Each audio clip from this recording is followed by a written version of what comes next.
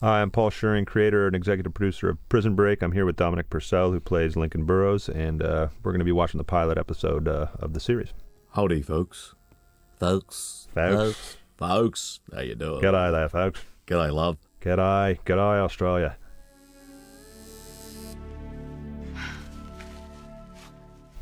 This is the first scene. We shot it on a two-wall set in the prison at about 2 o'clock at night, 2 in the morning. And everyone was quite tired, but her name escapes me. She was a day player. She did such a good job. Telling me you're just gonna walk. That tattoo on her neck, of course, is not real. I was just thinking that. It looks very real. And the interesting thing is we scripted this originally as a dude named Sid. Small. We just cast a woman instead because she was so good, and Sid kind of worked. It was kind of ambisexual, or whatever the damn word is. That sounds good. Yeah, ambisexual. Ambisexual?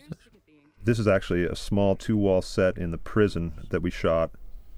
This is about 3 in the morning. We're extraordinarily tired, shooting 16-hour days on the pilot, but it's just a fantastic scene. Brett Ratner directed the pilot, along with the cinematographer Dante Spinote, who's one of the premier cinematographers in the world, and he lent his visual style to this show and did something. And there I am. And there's Dominic Purcell. Look at Burrows. Sarah, Peter. This was shot on location right here, about 20 stories up over the city of Chicago. Later on in the show, when you see this set, that backdrop right there is not real, but in this scene it is, as you can see when he walks out here. And this is a gorgeous shot coming up right here where he throws the hard drive into the river, and it's all real, and it just gives such production value to the show. Did he make the river? No. He didn't make the river. This was actually our very first day of filming on the entire series. Manager's not here. Where is he? It's lunchtime. He's at White Castle. We came out here, we had this bank on Chicago River on Whacker Street, as it were, Dominic. Mm-hmm. Whacker Street. Mm-hmm. Whacker, that's right. And pretty soon you'll see the helicopter and all the police cars, and I'd come into this thing thinking we were just going to make a TV show, you know, low production value and all that stuff. And when we started doing all this stuff on the very first day with this helicopter whipping between buildings, I was just absolutely astounded. I said, we might be making something a little bit bigger than a TV show here. Yeah. I think that's the great thing about Prison Break, isn't it? Is that it comes across as being very, very cinematic, and, you know, the production values are, you know, incredible. Yeah, and that was one thing that was kind of our mandate throughout was, you know, all of our locations, we really tried to find great production value that never felt like you're in a tiny little set. And that will continue, you know, once we have a look at Joliet, the prison out there, and other things you'll see here in a bit. Perhaps you should heed your representation's advice. Marshall Allman playing Linc's son. Uncle Mike? This narrative is kind of interesting in that we show everybody else except Lincoln for the first act of the TV show. In general, that makes development staffs very nervous because when you're making a pilot of a TV show, they want to know who the protagonist is immediately. So when I was pitching this out to Fox, they got very nervous about the idea of having Linc not appear till the end of the first act. But I said that's a very classic Western way of you know, like an old Western where you talk about a guy first and you build up this myth of him first, and then boom, you see him, and the big surprise is that these two guys that are very different individuals are brothers. Punishment are the same thing to her. I know. Then will you please tell me what's going through your head? We've been over this. I've known you my entire life. You don't have. This is really interesting for me, Paul, because I haven't seen the pilot, so. You haven't? No. This show's called Prison Break. It's pretty good. You should watch it. I should, yeah. Monday nights at 8. Yeah. But you gotta let me deal with this, okay? And Wentworth Miller came out of left field. He had done a couple of small films and a couple of small roles in TV shows. And he, you know, it's funny, when we cast this thing, we had about 2 months lead time to get going. And we pretty much saw every young actor in Hollywood to play both characters of Lincoln and Michael, and we came up with nothing, absolutely zero. And we were about 6 days out from shooting, a very fixed shooting date that couldn't be moved. So you had to make do with me and Wayne. No, it wasn't that at all. Got very, very nervous and frankly thought that, you know, we weren't going to get anybody good. And then about 5 days before shooting, Wentworth Miller walked in through the front door, and he was Schofield times 10. Just an absolutely magnetic personality. So we had him, and then we had to find the guy that could play Lincoln Burrows. And the interesting thing about the Lincoln Burrows character is a very complex character because at once you have to have the gravitas to be the shot caller in a place like this, you know. But at the same time, you have to have a heart of gold that's worth saving because, you know, if the guy's too much of a badass, nobody really wants to save this guy, and the whole premise of the show doesn't work. So we needed that guy that had that exterior that was very badass, and you believe that he could run the prison, but at the same time, he had that heart of gold. And sure enough, 2 days later, Dominic walked in, and so it was kind of like manna from heaven when we got these two guys at the, and, you know. Come on, tell the truth. The first time you saw me, you thought, "Who the hell is this cheesy guy with beach? Well, that's surfer true. boy hair? Come on."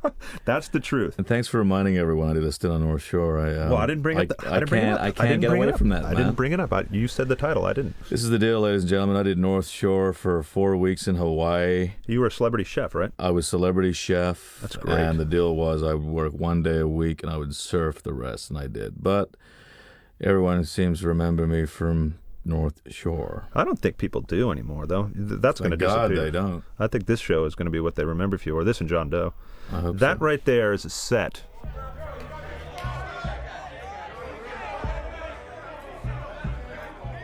That's all a set.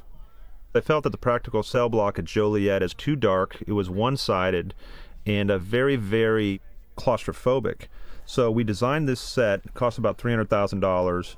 And one of the big things was to have a sense of light above, which is actually just created by lighting. There's actually no windows up there, although it feels like that. And that was one of the creative mandates of this show, which was we always wanted a sense of space, of light above, because we never wanted it to be claustrophobic or, you know, dark. Only in the very, very darkest periods of the show, when Lincoln is thrown into solitary confinement or something like that, did we want to convey that feeling. But I think it's a very gorgeous cell block, and Gary Fruitkoff was our production designer, and he deserves a lot of credit for working on this. Here's where Schofield realizes maybe prison isn't a game. Because, you know, generally when we go to prison, Dominic, we all think it's a game. That's right. I did anyhow. Yeah, me too. Yeah. But I learned very quickly that it wasn't. This is a gorgeous shot. I love this shot of Robin against the window that Dominic, that rather Dante shot. Just absolutely gorgeous. It's just... It's And you can't really see it out there past her in the Very, window. very Michael's case. golden. Yes. You can't really see it beyond her, but there was a light dusting of snow falling this night. And the takes that we took that we liked of her performance the most, you didn't see the snow as much.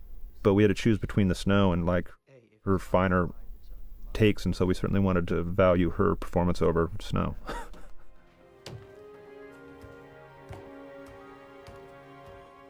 She's not happy with Sebastian. He's a son of a bitch. We thought that was a funny sign. It's a very real sign, too. I love the colors in this show. Isn't it? Yeah. One of the reasons we picked Joliet, again, kind of going back to that visual mandate that we were talking about, was that we didn't want it to be this monochromatic, ugly... What does monochromatic mean? I don't know. It's like, I think there's one color or something. No, but we wanted that very green infield and a yard with a lot of sky. Again, that sense of light above. And Joliet, you know, we shot this in December, and we were terrified that it was going to snow and kill the yard within 24 hours. But we raced against the snow, and thank God for global warming, because it didn't snow till we were done with the pilot, late December. Anything you want? How do I get out of here? I've got an idea. Dun, dun, dun, dun, dun, dun. Some of those are real, some of those are false. That one looked false. Which one, the last one? Yeah. I thought it looked pretty good. We're out in the yard there, right? Boom. This is a tiny set. And that was Brett's lady, right, on the cover of that magazine? No, I think who was it? I can't remember. Well, he has lots of girlfriends, Brett. We're talking about Brett Ratner, the monogamous director of this pilot. With everything but the kitchen. Snowflake. Snowflake. Woohoo! Look at that guy. Okay, that was me. This shoot was 20 days old, and I think I got on set on the 18th. 18 days later, and I was very, very pissed. Well, the great thing about this was we had Dominic do quite a lot of different things, and we had him stalking around the cage, when we were shooting. The idea was that he's like a lion, this caged lion, very frightening looking.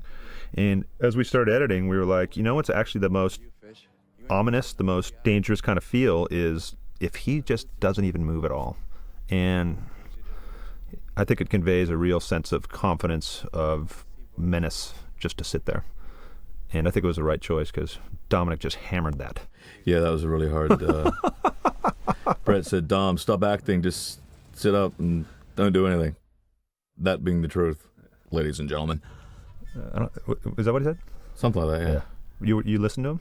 Well, yeah, kind of.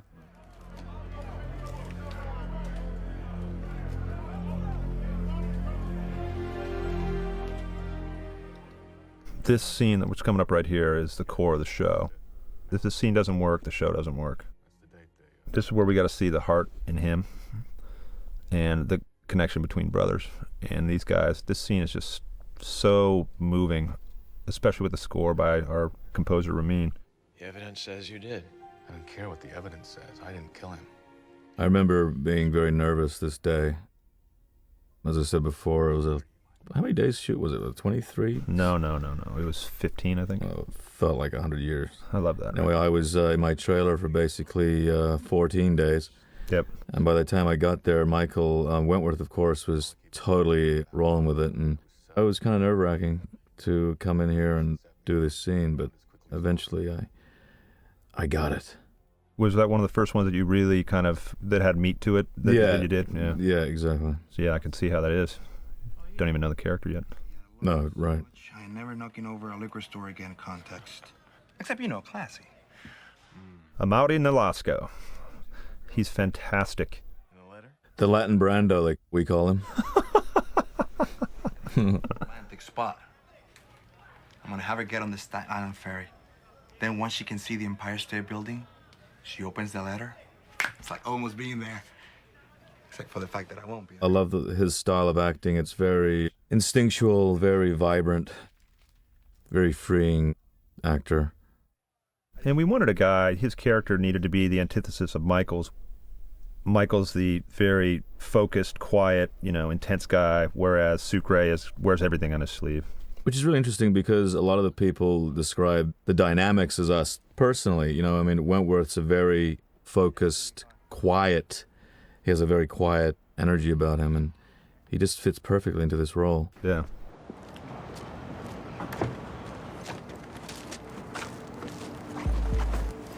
We understand each other then? Yeah, Friday.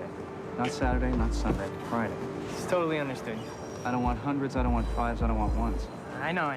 10s and 20s. It was raining like hell this morning when we shot. The scene was originally supposed to be on skateboards. They were supposed to skateboard up. And Brett Ratner, the director, came to me and said, it's going to look stupid if these kids are skateboarding in the rain. So we switched to bikes, and then it stopped raining. And you got the scene that you got. But I think it's actually got better energy because at least the bikes go a little bit faster than a couple of dudes on skateboards. Yeah, exactly. Police. Not so good. Your son's getting busted. 2 pounds of dope. I love that shot. Gary Brown, who later became our line producer, is UPM on this, did all the helicopter photography in this pilot, and I think it just added so much scope.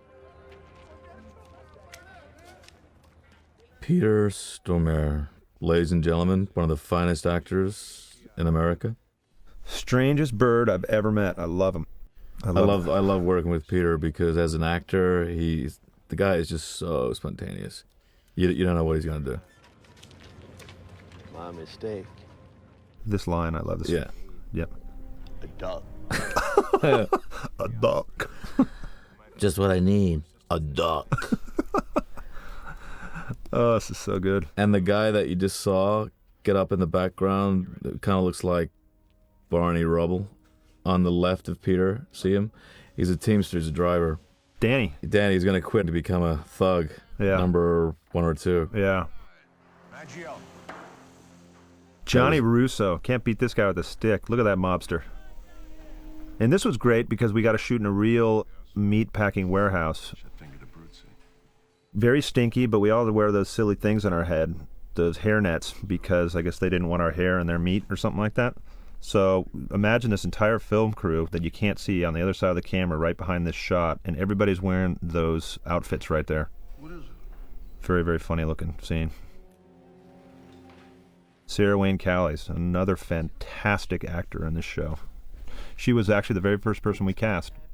We were, auditioning for there were 34 speaking parts in the pilot. We were auditioning for all of them, and she was the first person that came in the first week where we were just like, we got to have her immediately. And she's just such a find. She's just so nuanced. You're not related, are you? Not the problem. See, it starts as a manipulation, Dominic, their relationship. Yes, Paul. But it slowly evolves into something more over the course of the season. Yes. Well, you can see the chemistry straight off the bat. I mean, right. Both of them are very attractive human beings. But they also kind of are both cerebral, college graduate kind of. Yes, they do. Yes, they have that kind of air of, I'm really, really smart. I bet you they make out. I bet you they do. Eventually, I bet you they do. I bet you they do. That's in the practical location in the infirmary of the prison. He drops that in there, and then we'll see it later going through a little set we made. Hook me up with a few weeks' supply. Nice try. No hypos on the floor. I'm the farthest thing from a junkie. Trust me. Trust me. News for you, Michael. Trust me means absolutely. And their entire relationship, especially as it kind of comes to a head late in the season, is kind of a question of trust. And is this a genuine relationship? This is special effects, and this is, I think, a really cool shot. That is a set, and that's a stock shot that we got somewhere. Danny McCarthy, a local Chicago actor, came in for, a couple of scenes in the pilot and probably thought, nice paycheck, and ends up with a 13-episode run, and everybody recognizes him on the street now. You're Special Agent Hale and that sort of thing, and he did a real nice job, It's one of these things where you step in and you don't think it's going to be anything big, and it becomes quite large. And then, of course, Paul Adelstein plays Kellerman, and the antithesis of evil. Right. He has one of those heads, it's just, guy is fantastic. He's unbelievable. He's a great actor. And he's we done lots and lots of movies, right? Yeah, and we wanted to cast against type as well. Yeah, right. The third day rise again, and they remembered his words, and so should you. This is a great little sequence to intro Dominic here, where you can just see in that moment kind of this silent pain and just a It's like, what have I got myself into? Another TV show. And here's the moment.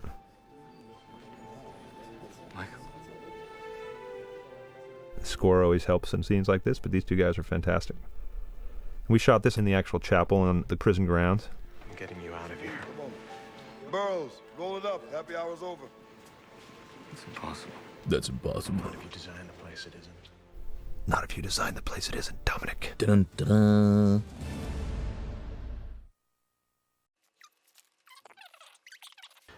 At some point, we gotta pull. And this scene was, kind of to demonstrate that she's trying to move on with her life, and she's, developed this relationship with this new guy who's a pretty good guy, but her heart ultimately isn't in it. And Tony Stark did a nice job of being frustrated, And again, I really like the lighting that Dante put together here. Are you putting this off? What do you mean? I mean, are you having second thoughts? I mean, the performances are great too, Paul. Oh, I was just saying, Tony Stark. I think Tony Stark did a pretty dang good job at what he. A dang good job or a damn good job? Can I say goddamn job? Fox doesn't let us say goddamn on the show. Standards and practices won't allow it. And I try to encourage them, because I'm sure they don't want to anger the Christian right, but I'm saying you're not damning God. God is damning the subject of the sentence. So God's actually good and the subject of the sentence is bad, but they didn't buy that argument, so I can't say goddamn. Too much talking. See or no? This is on a cell block set, and what's interesting is, see that set on the other side is the 3-story tier, and on this side we created the illusion of the entire cell block where you just have one cell set that we shoot through to get to the huge background, right? But then when we show the front of Michael's cell, like we saw earlier, it's actually the other side. So we're just doing some cinematic magic here, Dominic. Yes. Yes. Yes. Fascinating stuff. Not unless he's real interested in what you got going on. Here we go. We wanted to set up this sense of danger for Michael that the Pope was on to him right away. And that exterior shot was Statesville. You're lying. I think. No. That's actually Joliet. But we wanted an actor who could be very intimidating. And then, of course, there's a turn later where you realize he's actually got a good heart. And Stacy Keach obviously has that rocky countenance, that edifice kind of. He just looks hardcore.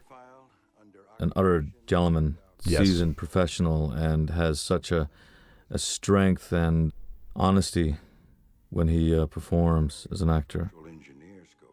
And what we wanted to do with this character was, every prison narrative you see, whether it's a movie or a TV show or whatever, the warden is always the chief antagonist, and we felt that was a bit stale as a kind of premise for our show. So we wanted to set up that you think he's bad, but then you turn into see that he's a very noble soul, and he's actually going to develop a kind of surrogate. He becomes a surrogate father to Michael because Michael never had a father, at least we think. And the worst part of it is, I've never thanked her.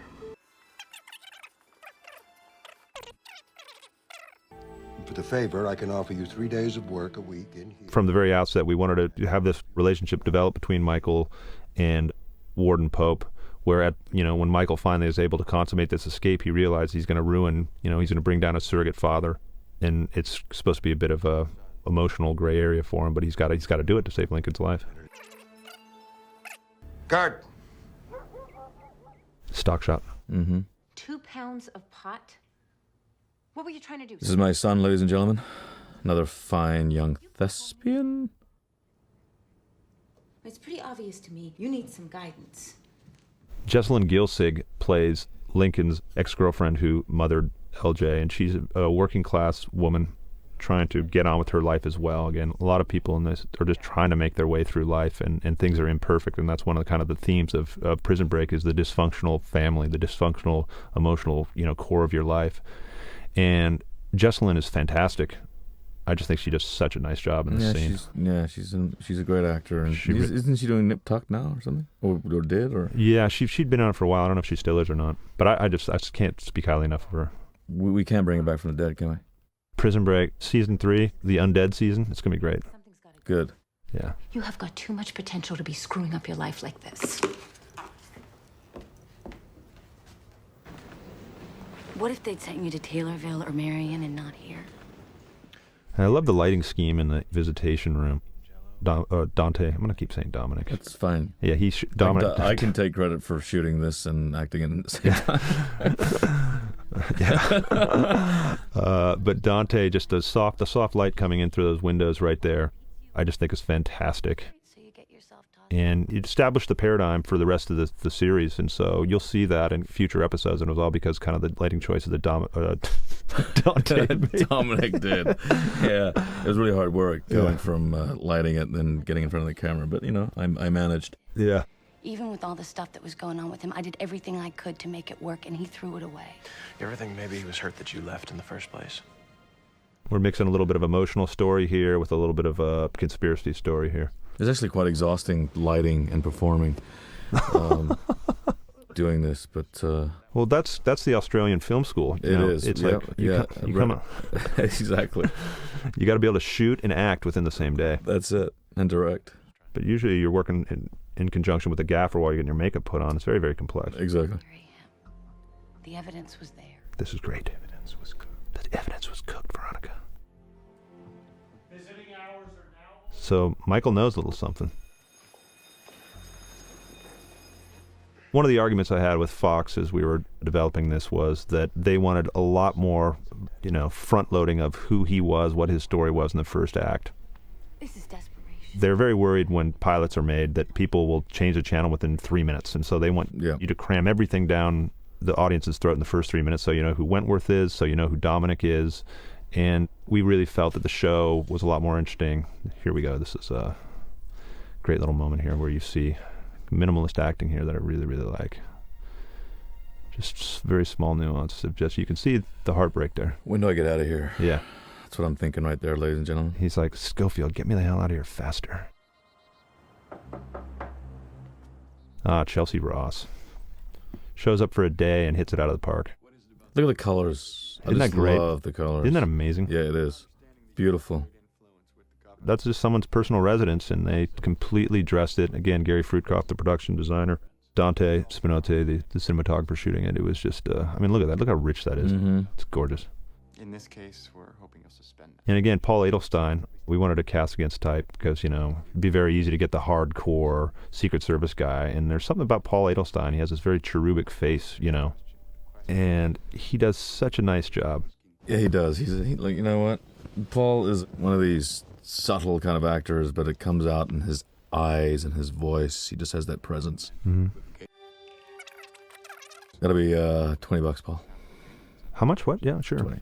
Well, I've already given you 40 under the table here. There we go.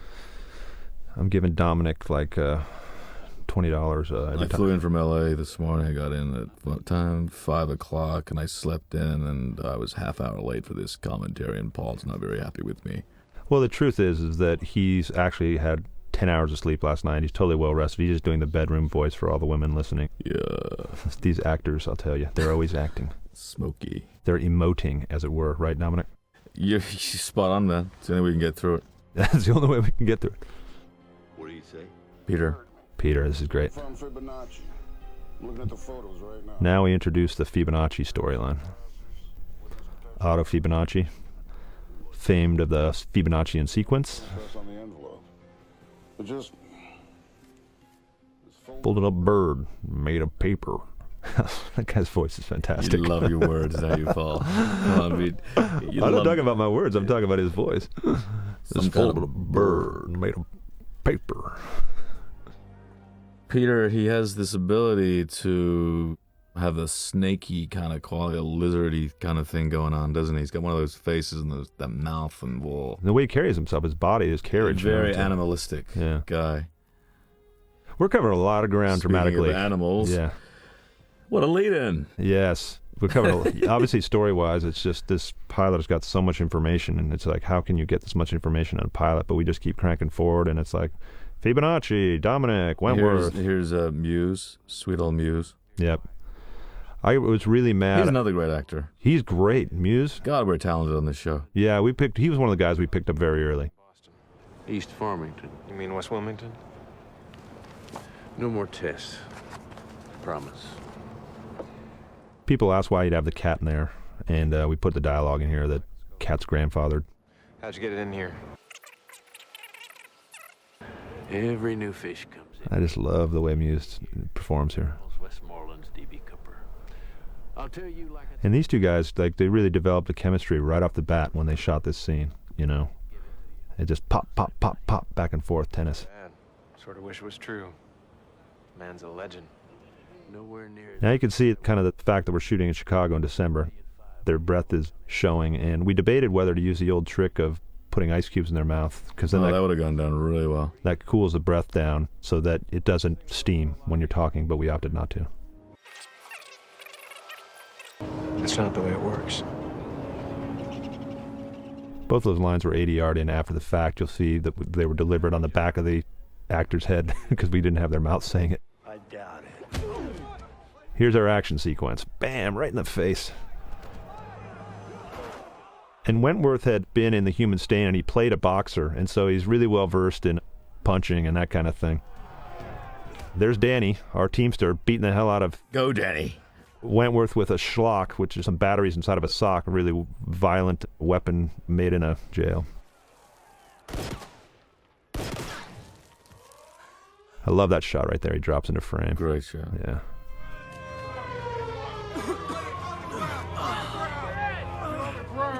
Not good. 90 days. That's right. There's a shot coming up here that we shot after that one right there. You can see the digital lines there. We shot that in a green screen because we felt like we didn't get enough of a reaction from Michael when he said he's going to put him in the shoe for 90 days. So that was shot in a green screen in Los Angeles, and we superimposed the background. I personally didn't think we needed to go back and do it. But, sure? Yeah. You didn't think it was his acting? You weren't? Well, what happens is very often when Fox doesn't know what they're dealing with or any other network doesn't know what they're dealing with, they're not exactly certain. They kind of err on the side of overdoing things a little bit in a pilot. So they really go over everything with a fine-tooth comb. And, TV in general, man. I mean, they do that in everything. Yeah, no, I'm not. It's not an indictment on Fox solely. It's everybody. What'd you say?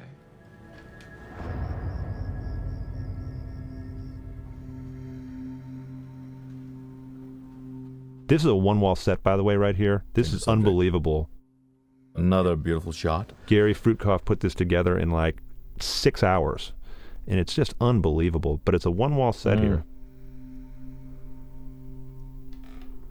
Again, there's a little one-wall pop, and here's Chelsea Ross, and he hits this out of the park, by the way.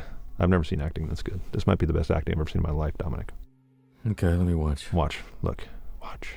Oh, my God. Look at him focus. Almost cross-eyed. And... I can do better than that. I don't know, man. That's... I mean, all he did is get up and look in the camera. Bishop McMorrow was killed last night. Someone shot him while he was sleeping. I thought you'd want to know. Thanks. The guy that shot Bishop McMorrow, by the way, shows up later in the series as a Army commander that railroads C-Note. But because we never saw the killer's face on screen, we figured we'd use him again because he was so good at pulling that trigger. I mean, that's acting. That is acting, yeah. It's from the Eastern European finger acting school. It's really quite impressive. People will spend 6-8 years doing nothing but acting with their fingers. It's never been done before.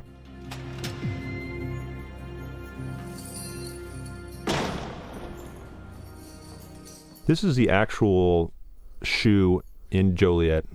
They call it the Tombs, which I think is pretty neat because you basically never get out of there till you die. That's right, and this is that cell that you all saw. That was John Wayne Gacy spent some time in there, and I'll tell you the story behind that in a minute. Yeah, I think that's worth talking about. This is a fantastic scene. Again, this is one of those scenes which is absolutely crucial because if we don't see the heart in Lincoln, we don't have a show. I figured he could use some fatherly advice before it's... Gee, it's painful watching this now. Because your hair was longer? No, it's just, even there, I just feel like it's just, I suppose it's like anything when you're in a show. First couple of days in a pilot or whatever, you feel like you're not kind of there. But I mean, that's a TV show, isn't it? I mean, you find your feet as you go along. I certainly found that with the writing of the show, Absolutely. I mean, like right now, I totally embody Lincoln. It feels like, we got it. But, Yeah, in terms of writing, like I wrote this pilot, and there are a lot of 3-page scenes in here, and generally a page of dialogue translates to about a minute of screen time. But there are a lot of 3-page scenes in the pilot, but as you'll watch the show evolve over the course of the season, you'll see that the scenes get quicker. They do get quicker, yeah. They're 2 pages and 1 page and half a page. And that's because you're starting to hear the actors through the characters. Right. I mean, I've noticed that the writing has changed somewhat. The language has changed because of the way I kind of mess up words and screw around with your beautiful words, and now you guys have just realized, look, we'll just give Dom a couple of words. Well, the other thing is that once you see a few episodes and you see what all these actors can do, like Dominic and Wentworth and Paul Edelstein and the such, you realize they don't need to talk as much. You have a lot more confidence in what they can do, what they can convey with just a look. Which makes for better drama, I believe, because that then allows the audience to... you're not feeding them all this information. Yeah, I agree. Brett said something to me on set that really kind of has stayed with me, to drive through stuff, dialogue, don't labor on certain things, and I started employing that, and I really got to Lincoln fast by doing that. Mm-hmm. So Brett, there you go. And Brett's very much an advocate of moving things along. Oh, yeah. He likes pace. This sequence was shot about 9 months after the pilot because we had originally shot the sequence with another actress who ended up getting another pilot. She ended up being on My Name is Earl.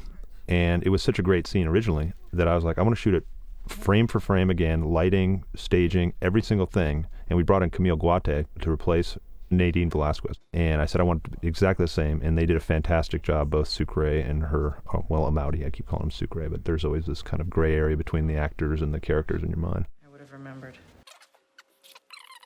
Your body's reacting to the insulin like you're not a diabetic. Houston, we have a problem. Ever since I was a kid. But he won't show it. All right. I'm not experiencing any tingling sensation, cold sweats. Just around you, baby. I think they got James Bond all mixed up. I think Wentworth would have been great as James Bond. Yeah, that would be great. He might be too exotic, though. But yeah. That's actually a good call. I like that. He certainly has a presence. Maybe he's too good to be James Bond. You know Maybe what I mean? he is. You know what I mean? Exactly. Maybe James Bond's kind of spent. No offense, Daniel, but... Oh, yeah, no. Well, yeah. If you're listening, we love you. You want to be in Prison Break? Sure. Okay.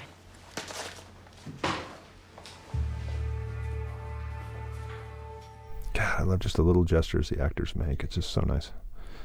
And then there's that. Yum, yum, yum, yum. And that's not for you, Amaury. Yeah.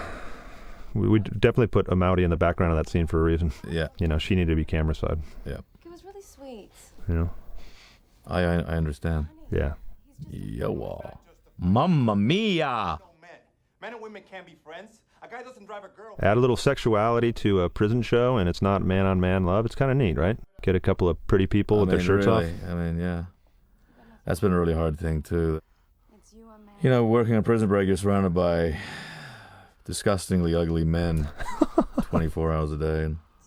But that's very refreshing when a beautiful young lady such as this comes into the show. Yeah. And we want to create that hunger, so season 2 or whenever it is, they actually break out. Actually, we know exactly. And if you're buying this DVD, you do too, so I won't be coy. In season 2, when they break out, there should be lots of wine, women, and song, I think. Oh, yeah. Oh, yeah. Oh, yeah.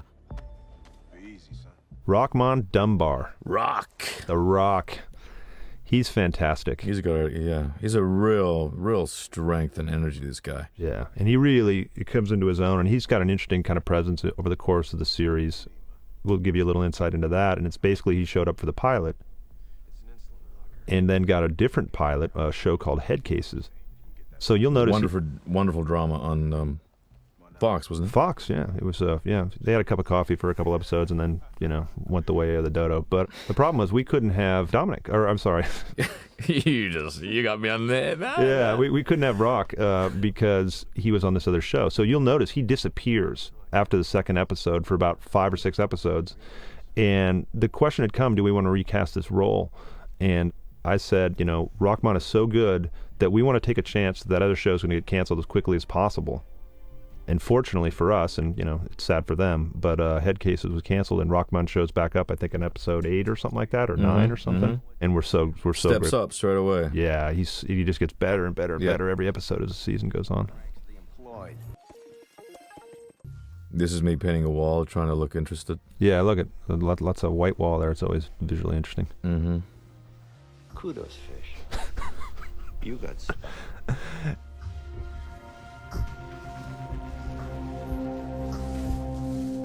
All right, cons, break it down. The great thing about Prison Break, or the great thing about this cast, is that in between each take, we are goofing around.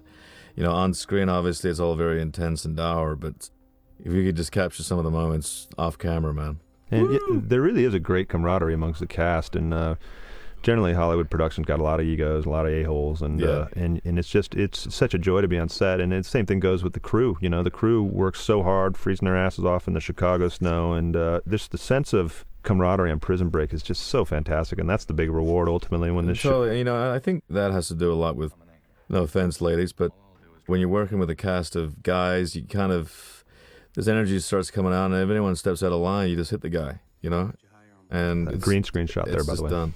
That's another shot where we didn't get what we wanted, so we shot in front of a green screen later on in Hollywood. You mean what you said earlier? I'm not here on vacation. Trust me. Getting outside these walls. Now, the big killer for a writer or for an actor is lengthy exposition scenes where someone just tells you information. It kills the narrative. It just ruins it. Unfortunately, we owed a lot of information at this moment. So Wentworth has to tell this whole story of the blueprints. And I was just looking at it the day we're going to shoot. I'm like, we're dead. This is just going to kill the whole show. And Wentworth has a way of delivering exposition that is just right here, just so dynamic. Chaparral Associates got the contract to retrofit this place in '99. $4 million contract. Head partner couldn't crack it. So he subcontracted out. An under-the-table sort of deal with a former associate, that guy. We got to cut to Dominic here in a minute so he can just nod. He's like, okay, what am I supposed to do here, man? It's like... What are you talking about, brother? Wait, hold on. Tell me more. You're not making any sense to me. Tell me more. What about father? Yes. This shot's nice. I like this little move right here. You've seen the blueprints. Better than that. I've got them on me. Dominic's like, what? You idiot. You tattooed your body? You stupid idiot.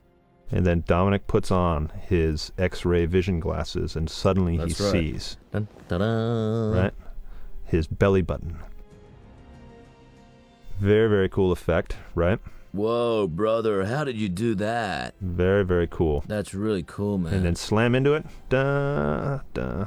Prison Break. See, I watch that now, and I wish we could accelerate that stuff a little bit. That seems a little too slow to me. Just like you watching your earlier performances, you know. Yeah, exactly, man. And then, spot on, brother. And then we dissolve to this aerial shot that, again, Gary Brown took from the helicopter. And this is just such a cool way to end a pilot, I think. It's just very, very cool. And after that, folks, we're in business. Let's make a TV show.